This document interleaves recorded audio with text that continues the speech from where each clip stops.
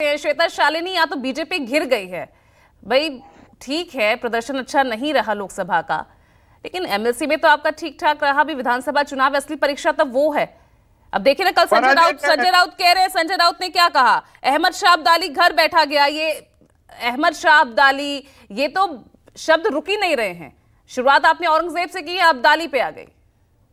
नहीं, अमित शाह को अब आप अमित शाह को कि वो चुप हो जाएं, क्योंकि उनका नाम श्वेता शालिनी नहीं है। बहुत दुख जता चुके हैं वो, अब मुझे बोलने दें। पहली चीज, पूजा जी, किसने आपको कहा कि हम घिर गए हैं? राजीव जी कह रहे हैं कि हम वो 20 होंगे, लेकिन उन्हें ये ज्ञान नहीं कि हम 21 हैं। महायुति यहाँ 21 पे बैठी है।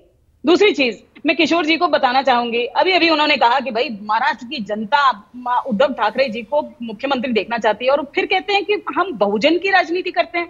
तो बहुजन चेहरा हमारे पास है, हम प्रधानमंत्री जी बहुजन चेहरा है, हमने बनाया। क्यों नहीं आप आगे आते कहते हैं कि बहुजन चेहरा मुख्यमंत्री होना चाहिए?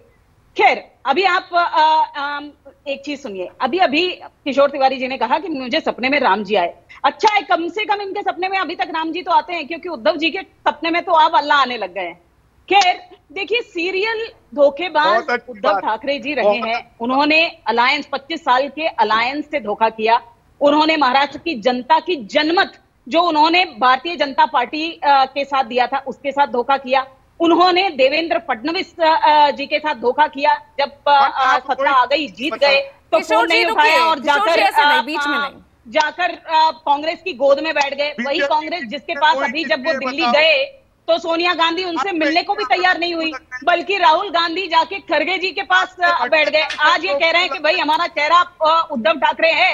शेट्टी साहब से पूछा है क्या इन्होंने हिंदुत्व को धोखा दिया, इन्होंने बाला साहब को धोखा दिया, इन्होंने मंत्रियों को धोखा दिया, इन्होंने अपने कार्यकर्ताओं को धोखा दिया, इन्होंने महाराष्ट्र की जनता को धोखा दिया है। और यहाँ तक कि इन्होंने अब अपने कार्यकर्ताओं को बोला है, इन्होंने अपने कार्यकर्ताओं को बोला है कि आप लाडली बहन योजना की रजिस्ट्रेशन करो और उसके बाद सरकार को उस रजिस्ट्रेशन का तक ना पहुंचाओ। इसका मतलब ये अपनी लाडली बहन से भी धोखा कर रहे हैं। ये लोग ऐसे लोग हैं जिनको धोखे की आदत हो गई है।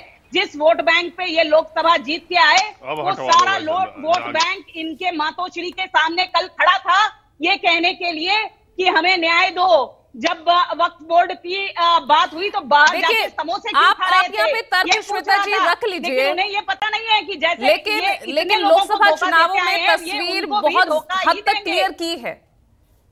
41 से आप 17 पर आपका गठबंधन आ गया और सबसे खराब प्रदर्शन आपकी पार्टी का रहा।